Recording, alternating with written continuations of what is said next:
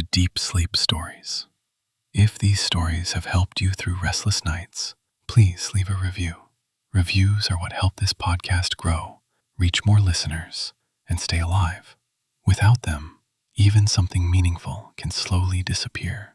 So if this show has brought you comfort, that small act truly helps keep it going. Now, settle in, and let's begin. Welcome to Deep Sleep Stories, where you can let the day loosen its grip and drift toward rest. Tonight's tale will carry you to a breezy port town and into a quiet hotel where lantern light, sea air, and soft footsteps lull everyone gently toward sleep. Settle in the way your body most wants to settle. Let your shoulders soften as if someone has warmed them with a gentle cloth. Let your jaw unclench, your tongue resting easily behind your teeth. If your hands are holding any tension, allow the fingers to uncurl one by one, like petals opening to moonlight. You can begin with a slow breath in and a slower breath out. Feel the air touch the inside of your nose, cool and clean, and then leave again, carrying a little of the day with it. Another breath in, as though you're sipping calm from a cup, and out, as though you're setting down something heavy. Imagine the world around you dimming to a kinder brightness. You can sense the hush before sleep, the way you might sense a shoreline in mist, near, present, patient. And as you breathe, you notice a faint scent of salt and wind, as if an open window somewhere has invited in the sea. There is a place like that, a place that feels made for exhaling. You don't have to do anything to get there. You don't have to plan or solve or figure.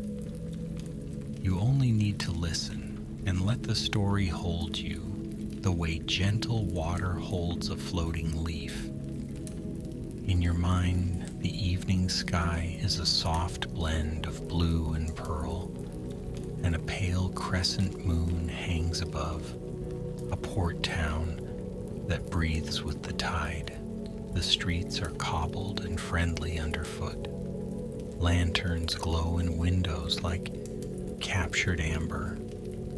And somewhere close to the docks, where the wind always seems to arrive with a smile, stands a hotel with wide eaves and welcoming light. It is called the Breezy Port Town Hotel. And now, without any hurry at all, the story begins to move on its own. In the port town, the day's last ferry had already slipped away into the dimness, leaving behind a trail of gentle ripples that caught the lantern light and broke it into shimmering pieces. The harbor was calm, not silent, but softly alive, ropes creaking in a sleepy rhythm. Masts clicking like a distant, friendly metronome, and water lapping with the slow patience of something that has all the time in the world. Bread and honey. A flower stall had of bread and honey. A flower stall had been draped in cloth, but the scent of lavender lingered under it, as if it refused to leave. The hotel stood a short walk from the piers, close enough that the wind carried in the harbor's stories, but far enough that the bustle of arrivals had already faded into memory. It was a gracious building with weathered boards that seemed silvered by sea air, and windows that glowed warmly from within. A little brass bell hung near the front door, though it hardly needed to ring. There was a feeling that anyone who approached was already expected, already welcome. Inside, the lobby held a calm that was almost tangible, like a soft blanket placed over the shoulders. A small fire murmured behind a screen, not roaring, simply offering the idea of warmth. A bowl of polished stones sat on a low table, stones gathered from the shoreline, each one smooth and moonlit in color. Above them, a framed map showed the coastline in looping lines drawn in delicate ink, dotted with tiny illustrated boats and gulls. Behind the reception desk stood the innkeeper, a person with kind eyes and unhurried movements, as if time had never tried to rush them and never would. The innkeeper's hands were busy in the quiet way that hands can be, stacking a few letters, straightening a small ledger, adjusting a lantern wick by the smallest turn. A traveler arrived that evening, not with fanfare, but with the softness of someone stepping into a place they've dreamed of before. The traveler had a cloak that carried the scent of night air and hair that had been lifted by the wind outside, and a face that looked relieved to be indoors. There was no urgency in their arrival. They carried only a modest bag and a calm curiosity. The bell chimed once, a gentle note, and then the innkeeper looked up with a smile that felt like a familiar song. "Welcome," the innkeeper said, voice low and steady. "You made it in time for the evening hush?" The traveler returned the smile, and in the warm lobby light, their shoulders dropped just a little, as if their body recognized the safety of this place before their mind could name it. The innkeeper offered a room key, not a key with sharp edges or bright metal, but a little token carved from driftwood, smooth as a worry stone, with a number etched in a curling script. The traveler's fingers closed around it and felt, immediately, how comforting it was to hold something worn by the sea into softness. "Your room faces the harbor," the innkeeper said. "If you open the window, you'll hear the water talking to itself." The traveler nodded and thanked them, and before moving on, lingered for a moment near the fireplace. The firelight made slow patterns across the walls and floor, like warm waves.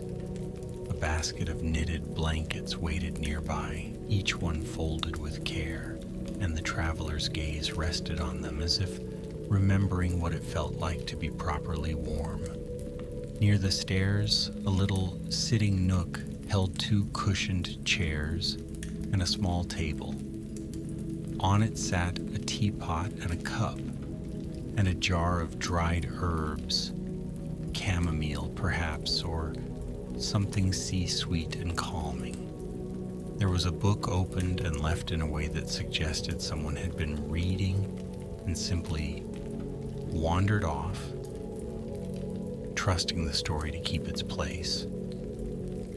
With a sprig of something green, rosemary with a sprig of something green, rosemary, thyme, maybe a bit of coastal sage.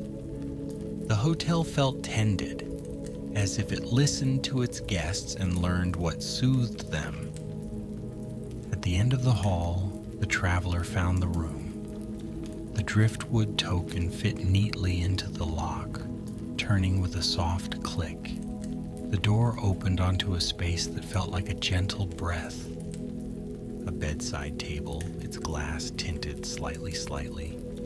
A bedside table, its glass tinted slightly amber, so the light would always be kind to sleepy eyes.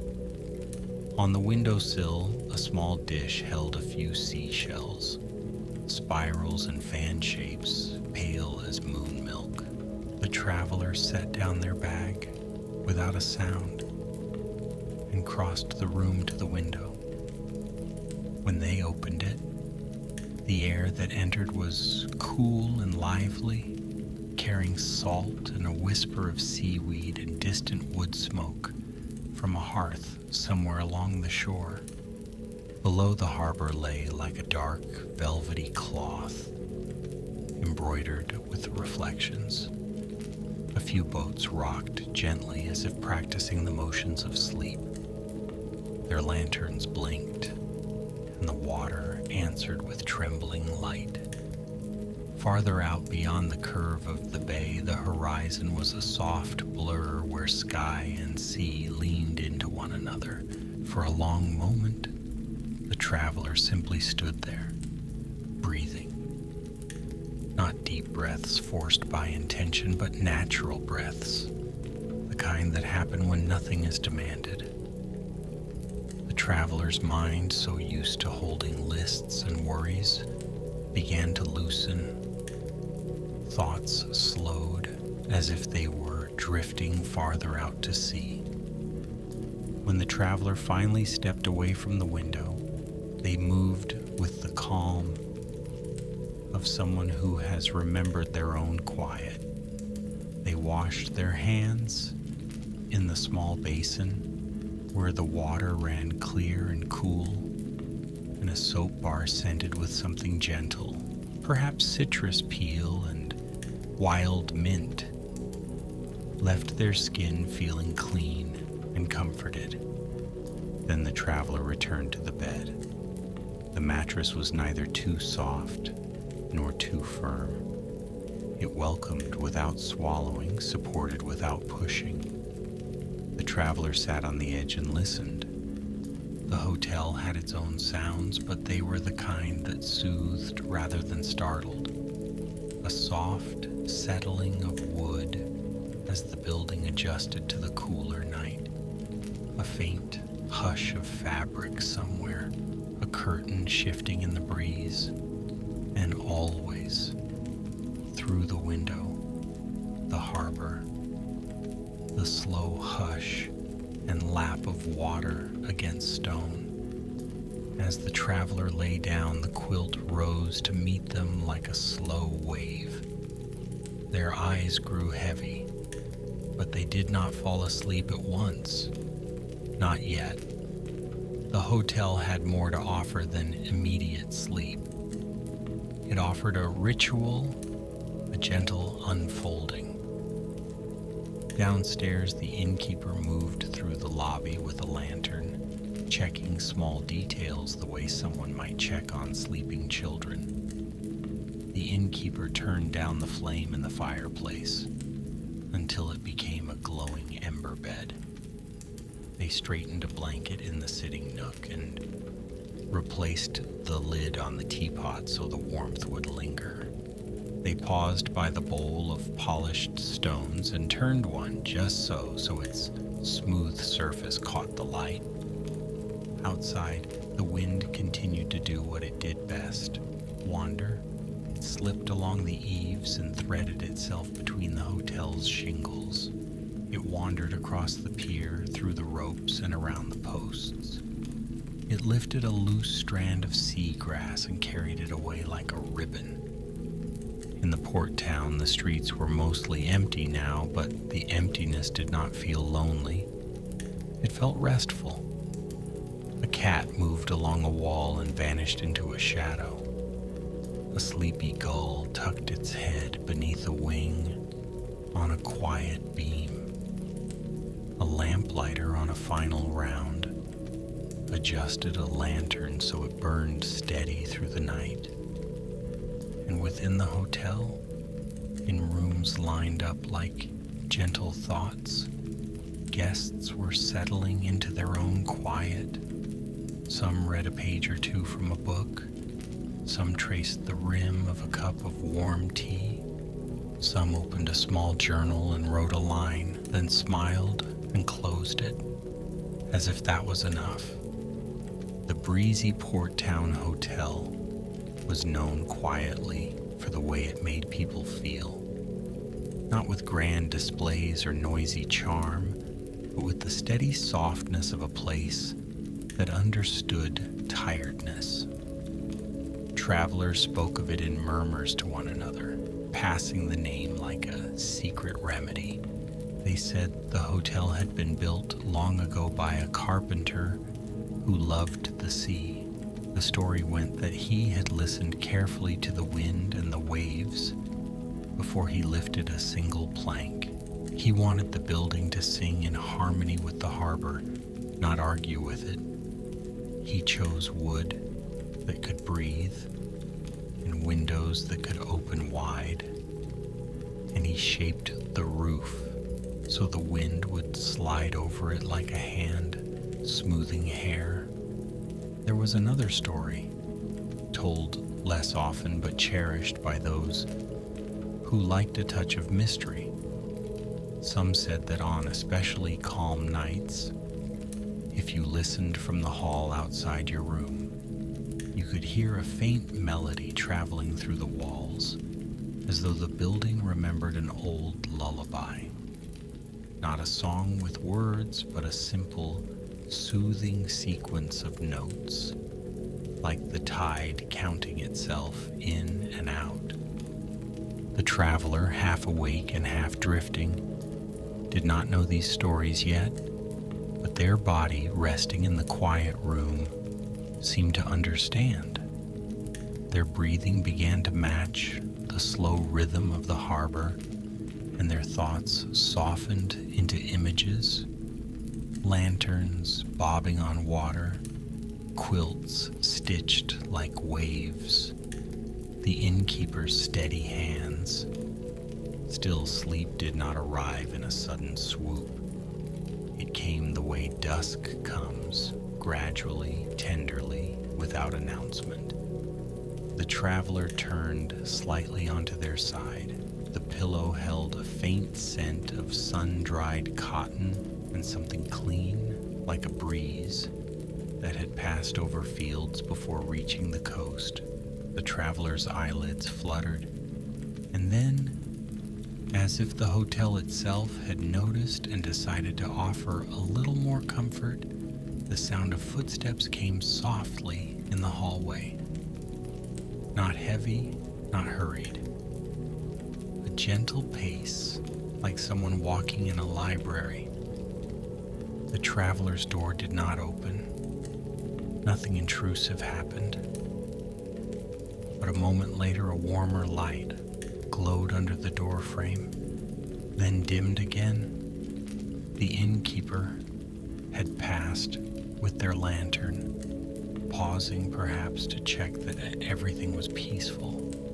It was a small reassurance, felt more than seen, like being covered with another layer of blanket without waking. The traveler let go a little more.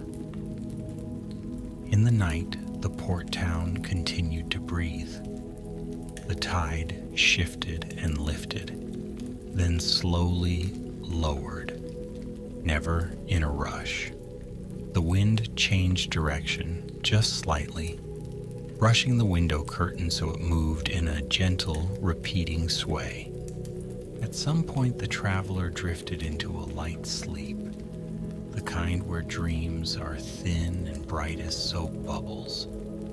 But even as sleep came, the hotel held them, keeping everything gentle.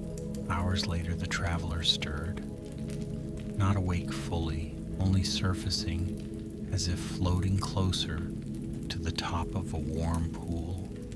The room was darker now, with the lantern unlit and the moonlight painting the floor in pale shapes. The harbor outside murmured. The traveler's mind, still in a dreamy haze, felt drawn toward the window. They rose quietly and crossed the room, the floorboards cool beneath their feet. When they opened the window again, the air that entered was even softer, as if the night had settled into its deepest calm. The harbor looked different now, more silver, more secret. The boats seemed like sleeping animals tucked in close. The lanterns had mostly dimmed, leaving the moon to do the work of lighting. The moon's reflection lay across the water like a path made for slow walking. The traveler leaned on the windowsill and listened. In the distance, a bellboy gave a quiet chime, a single note that traveled through the dark and dissolved into the breeze. Somewhere, a night bird called once, then fell silent again. The traveler's chest rose and fell, and with each breath, the line between waking and sleeping blurred. They felt no pressure to stay awake, no need to do anything. They were simply there, held in the soft cradle of the hotel and the night. When they returned to the bed, the quilt welcomed them again.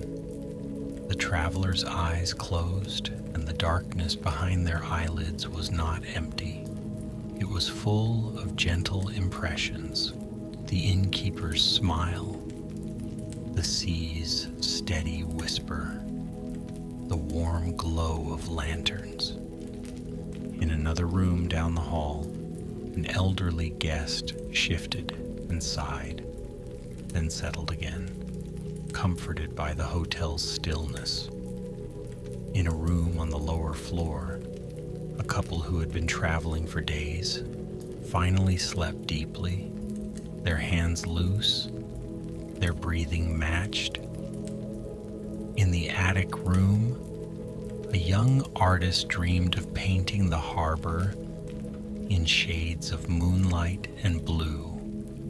The hotel held them all. It held the stories they carried, and the tiredness in their muscles, and the small worries that clung to the edges of thoughts. It held them without asking questions.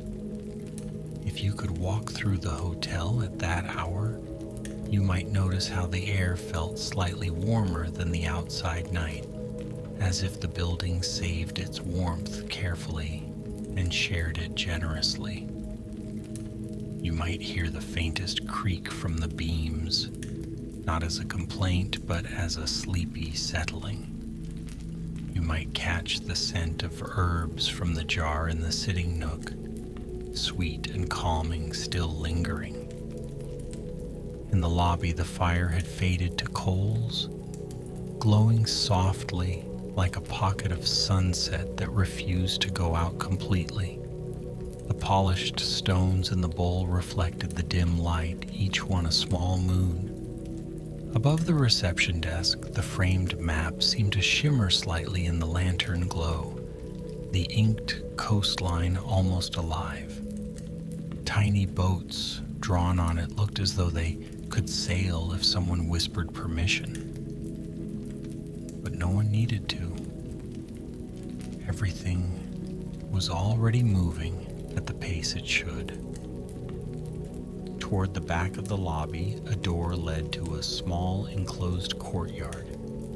There, sheltered from the stronger winds, a little garden grew, hardy coastal plants with thick leaves and a few night-blooming flowers that opened only when the world quieted.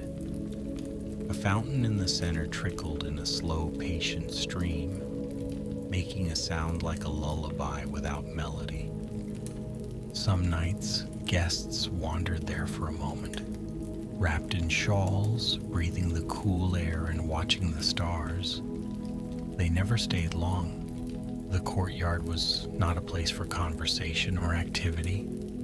It was a place for noticing, for letting the mind expand into the night and then contract gently back into sleep.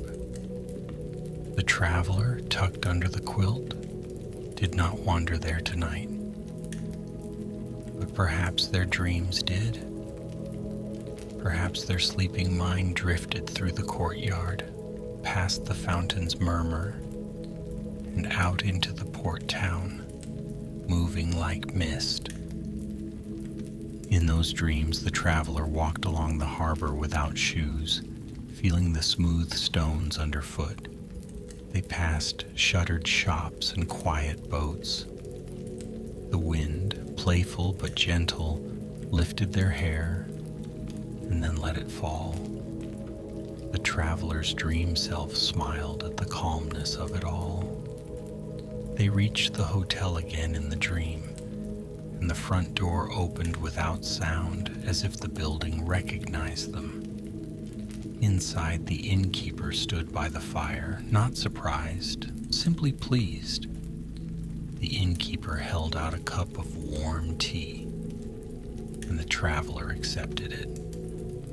The tea tasted like honey and chamomile, with a hint of something coastal, maybe a dried flower that grew only near salt water.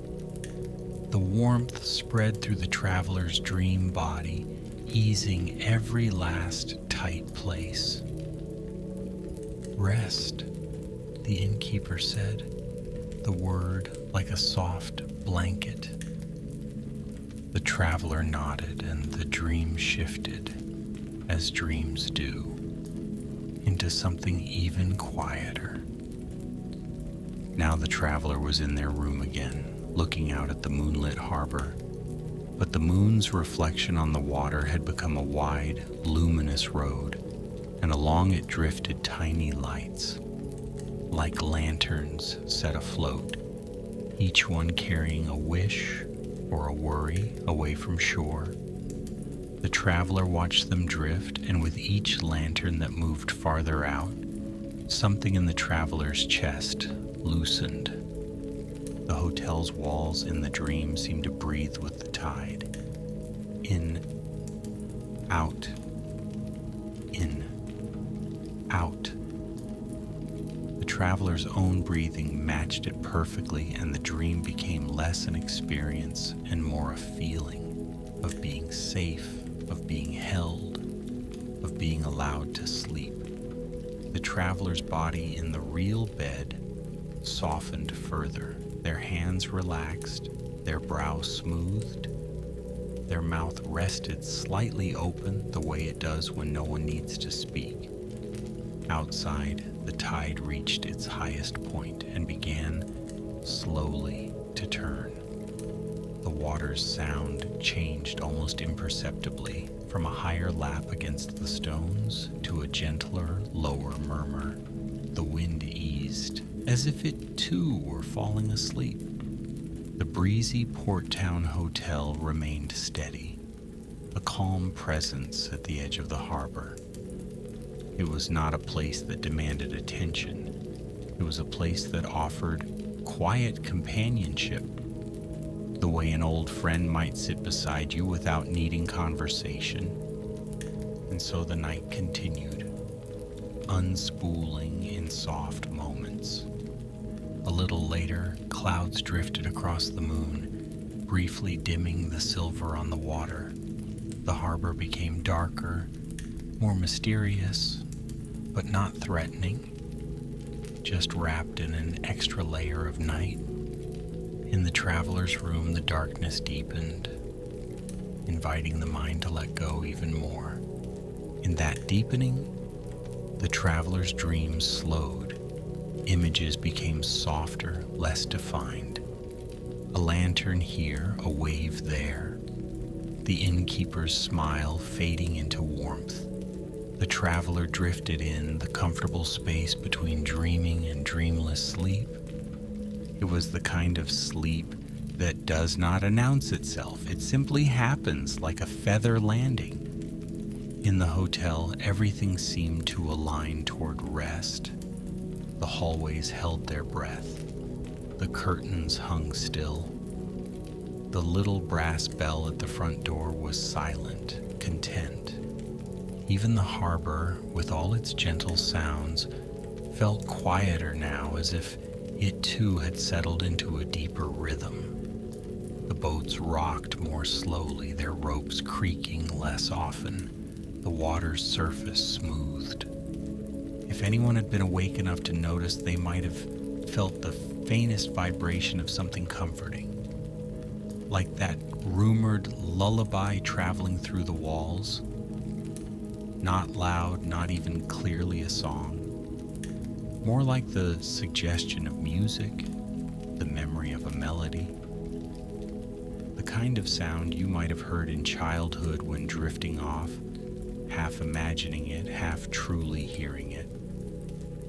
Perhaps the hotel had learned it from the sea. Perhaps the sea had learned it from the moon. Perhaps it had always existed, and some places simply knew how to let it be heard. The traveler, far into sleep now, did not need to know. Their body understood, and that was enough. The night begins to soften toward morning, though morning is still far away. In the deepest quiet hours, the world feels suspended as if it is floating. In the traveler's room, the air is cool and gentle. The quilt rises and falls with each breath. The harbor's sound is steady, like a lullaby made of water and distance. Everything slows. The traveler sleeps, not as someone trying to sleep, but as someone who has been granted permission. Their mind is quiet, their muscles are heavy and warm, their breathing is calm, easy, sure. Downstairs, the innkeeper rests too, perhaps in a small room behind the lobby, trusting the hotel to hold its guests. The fire is only a faint glow now, like the last ember of a story. The lanterns are dim. The polished stones sit in their bowl, smooth and patient. Outside, the tide continues its slow turning. In, out, in, out. And as the story begins to drift into its own sleep, the sentences become softer and shorter. The harbor is calm. The hotel is warm. The traveler is safe. Breathing in, breathing out, letting go. Drifting down, deeper and deeper, into rest that asks nothing of you. The sea whispers, the wind sighs, the quilt holds, and you can simply follow that gentle rhythm, letting your thoughts fade like lantern light at the end of a long, peaceful evening. Good night, dear traveler. Sleep well.